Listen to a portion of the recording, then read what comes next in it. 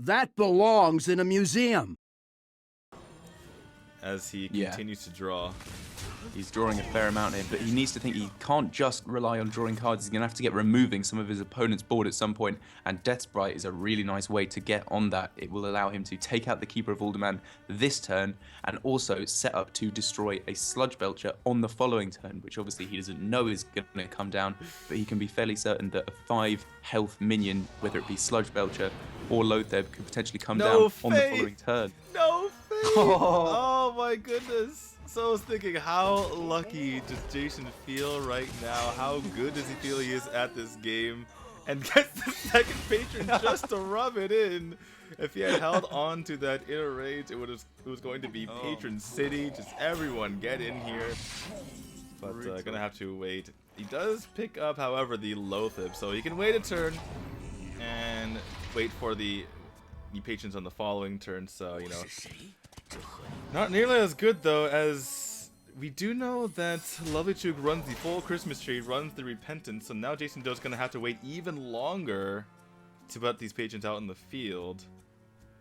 Oh, this is a Christmas miracle for Lovely Chook here. Just really unfortunate that JasonZhou was not able to get the full patron combo off on that turn, because if he had been able to go for patron Enrage and the activation from the Death Spite while killing the Sludge Belcher at the same time, and leaving behind a slime that would help him to propagate his own patrons yet more, he'd be looking in a much better spot to deal with this mysterious challenger.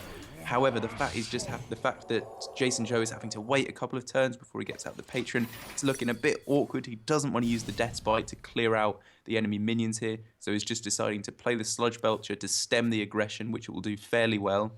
Kind of. There's a Knife Juggler into a muster for battle here. One of the few times that you might not play the Dr. Boom because you get to push so much more damage with your Mysterious Challenger here. So yeah, it looks like it's likely going to be Knife Juggler into muster for... Oh, well, I guess he might be worried about the Death Spite, so maybe he just goes for Knife Juggler plus Hero Power and the mini-bot. I feel like the 7 damage is very important right now.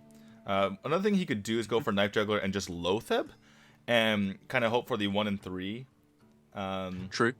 And Loatheb just kind of locks out a lot of stuff, so he's going to go for the Loatheb here, and that really locks out what JasonZhou is capable of. And hits the knife! Oh my god. 7 damage going to the face here for Lovely Chook, and you see Lovely Chook rocking back in his chair. He's like, yeah, that's the knife that I wanted to see. And no executes coming out this turn. If they were to come out, it would be 7 mana. I believe the the Repentance does go on the Dr. Boom and not one of the Boom bots, even though the battle cry is a little bit strange that way.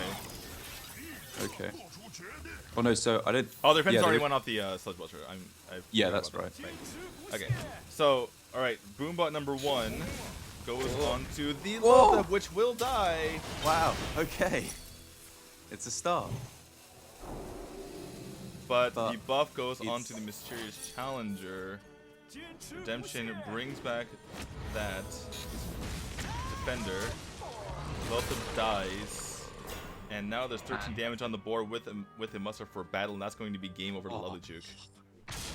That was so close. Just really well played there for Lovely Chook, as you said, deciding to go for the Loatheb there just to lock out the board, and JasonZhou almost got the Boombot RNG that he needed to close out the game, but just the sheer power of Mysterious Challenger bringing out all those minions, just not quite enough. And here we go, the Secret Paladin taking another one down.